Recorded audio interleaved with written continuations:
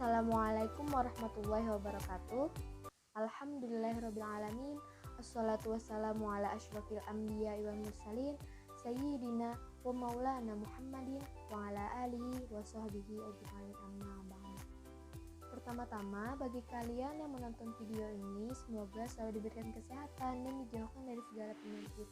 Mengingat, karena kita masih dalam keadaan pandemi virus corona yang tidak memungkinkan kita untuk bisa bertemu secara langsung sebagaimana biasanya dan hanya belajar secara daring seperti ini. Walaupun hanya belajar dalam keadaan seperti ini, tetapi harus tetap semangat ya. Sebelum memulai pembelajaran, karena ini pertemuan pertama kita, jadi kakak ingin memperkenalkan diri kakak terlebih dahulu kepada kalian. Jadi nama kakak adalah Amaliani Zairini Yahuda. Panggil aja kakak Amel. Nah, terus alamat kakak ada di Jalan Manunggal nomor 34 Angsal Pehari. Terus kakak di sini adalah mahasiswi magang dari kampus Unantasari Banjarmasin. Nah, kakak juga ingin kenal nih sama kalian. Jadi setelah pembelajaran ini selesai, nanti kakak akan bagikan link kepada kalian dan kalian isi absen serta biodata di situ ya. Jadi di sini kakak ingin menyampaikan materi pembelajaran titik kelas 8 mengenai sujud sahwi. Nah, sebelum kita memasuki pembelajaran, kakak ingin tanya nih, ada nggak sih dari kalian yang mengetahui apa itu sujud sahwi? Atau pernah nggak sih kalian dalam sholat kelebihan rakaat sholatnya atau bahkan kurang rakaat sholatnya? Atau ketika sholat subuh nih, kalian itu masih ngantuk banget sampai-sampai lupa baca doa kunut. Ayo, siapa yang pernah kayak gitu? Nah, manakala kita kelebihan atau kekurangan rakaat sholat atau ketinggalan sunnah-sunnah abad yang lainnya, maka kita itu dianjurkan untuk melakukan sujud sahwi. Lalu, apa sih sebenarnya sujud sahwi itu? Jadi, secara bahasa, sujud sahwi itu berasal dari bahasa Arab saha, yasu, sahwan, yang artinya lupa atau lalai. Nah, jadi sujud sahwi itu adalah dua sujud yang dikerjakan ketika kita ketinggalan sunnah abad atau kelebihan dan kekurangan rakaat atau bahkan ragu-ragu dengan rakaat sholat. Waktu pelaksanaan sujud sahwi itu ada dua. Yang pertama itu sebelum salam atau setelah tahiyat akhir.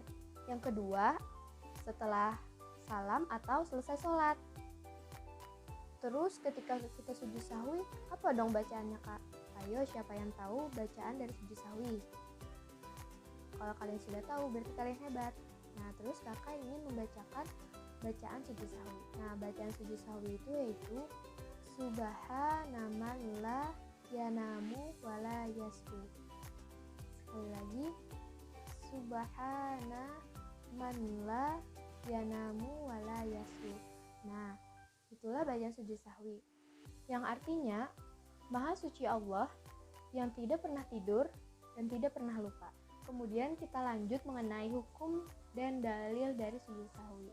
Sebenarnya apa sih hukum dari sujud sahwi itu? Jadi, hukum sujud sahwi itu adalah sunnah. Sehingga sholat kita itu tidak batal manakala kita lupa atau tidak mengerjakan sujud sahwi. Nah, misalnya nih kalian lagi sholat subuh 2 rakaat, ternyata kalian itu kelebihan jadi 3 rakaat. Terus setelah sholat pun kalian juga lupa untuk mengerjakan sujud sahwi. Nah, terus itu gimana dong sholatnya kak? Nah, ternyata sholat itu tidak batal loh. Maka lebih baiknya ketika kamu ingat, kamu juga mengerjakan sujud sahwi. Dalil mengenai sujud sahwi yaitu ada hadis Nabi SAW yang diriwayatkan oleh Bukhari dan Muslim, bahwasanya suatu ketika Rasulullah SAW ini pernah sholat zuhur dan ketika itu tidak mengerjakan tasyahud awal. Kemudian beliau ini menyempurnakan sholatnya dan setelah itu sujud 2 kali kemudian salam. Maka jamaah yang di belakang beliau pun juga mengikuti apa yang beliau kerjakan sebagai pengganti tasyahud awal yang tidak dikerjakan tadi. Nah, hadis inilah yang menyatakan bahwa sujud sahwi itu hukumnya sunnah karena Rasulullah pun juga mengerjakan dan mengajarkannya kepada para sahabat ketika ketinggalan sunnah abad atau kelebihan atau kekurangan rakaat, maka diganti dengan sujud sahwi. Nah, kemudian kita lanjut kepada penyebab sujud sahwi. Apa aja sih yang menyebabkan seseorang itu harus melaksanakan sujud sahwi? Di sini ada 5 penyebab yang mengharuskan seseorang itu melaksanakan sujud sahwi. Yang pertama yaitu adalah meninggalkan sunat abad. Apa sih sunat abad itu, Kak? Sunat abad adalah amalan-amalan sunnah yang jika ditinggalkan harus diganti dengan sujud sahwi. Nah, amalan-amalan yang termasuk sunat abad yaitu yang pertama adalah tasyahud awal. Yang kedua, sholawat kepada Nabi pada tasyahud awal. Yang ketiga, duduk tasyahud awal. Yang keempat,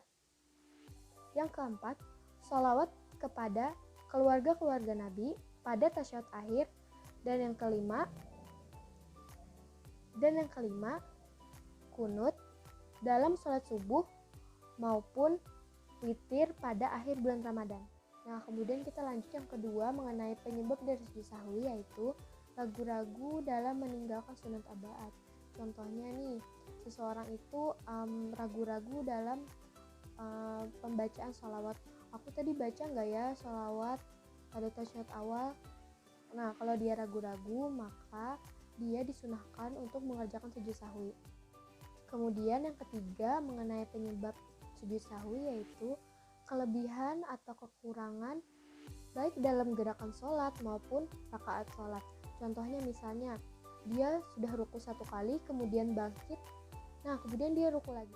Nah, dia itu kan berarti kelebihan dari gerakan sholat, maka dia itu disunahkan untuk sujud sahwi. Nah, kemudian misalnya dia itu mengerjakan sholat maghribnya ada 4 rakaat, nah maka dari itu dia disunahkan untuk mengerjakan sujud sahwi.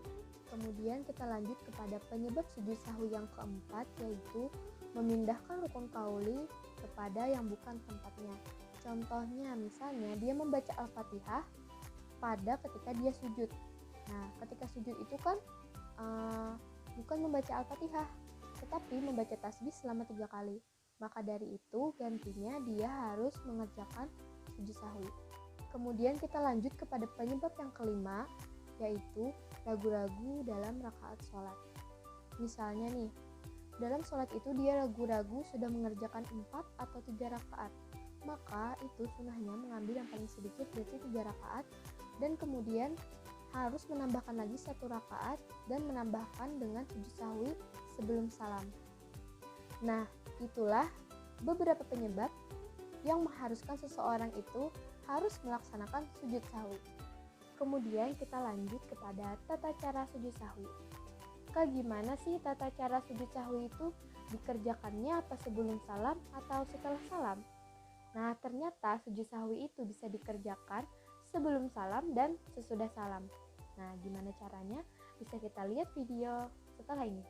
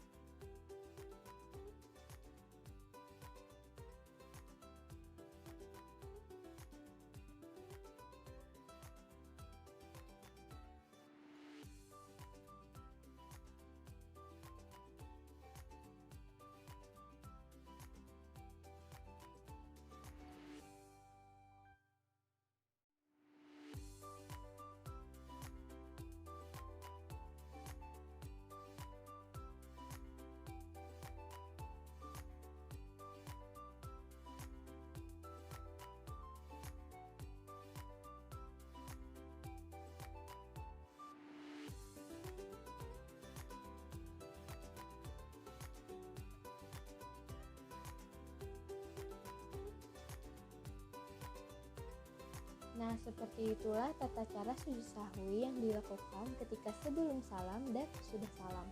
Jika kalian itu ingatnya dalam keadaan sholat, maka kerjakanlah sebelum salam. Jika kalian ingatnya ketika sudah selesai sholat, maka lakukanlah setelah salam. Apa sih hikmah dan pelajaran yang dapat diambil dari sujud sahwi? Yang pertama yaitu menyadarkan manusia itu adalah tempat kesalahan dan sering pelupa, sehingga kita harus banyak-banyak meminta ampun kepada Allah Subhanahu wa Ta'ala. Kemudian menyadarkan kita akan lemahnya kita ini sebagai hamba. Juga sekaligus menyadarkan kita bahwa Allah Subhanahu wa Ta'ala itu sangatlah agung dan sangatlah kuasa. Hikmah selanjutnya yang dapat diambil dari sujud sahwi ini yaitu adalah menjaga kita untuk selalu bersikap baik dan tidak bersikap sombong. Nah, setelah kakak menjelaskan mengenai sujud sahwi tadi, kesimpulan yang dapat diambil adalah sujud sahwi itu adalah sujud yang dikerjakan ketika seseorang ketinggalan sunnah abad, baik itu juga kekurangan atau kelebihan rakaat atau gerakan sholat.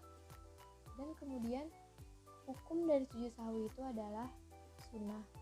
Jika kita tidak mengerjakannya atau lupa mengerjakannya, maka sholatnya itu tidak batal. Kemudian sujud sahwi ini bisa dilakukan dengan dua cara. Yang pertama, sebelum salam dan sesudah salam.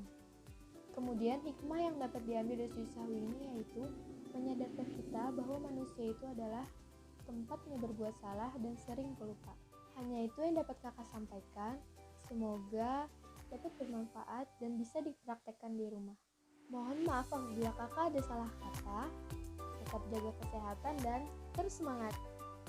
Wassalamualaikum warahmatullahi wabarakatuh.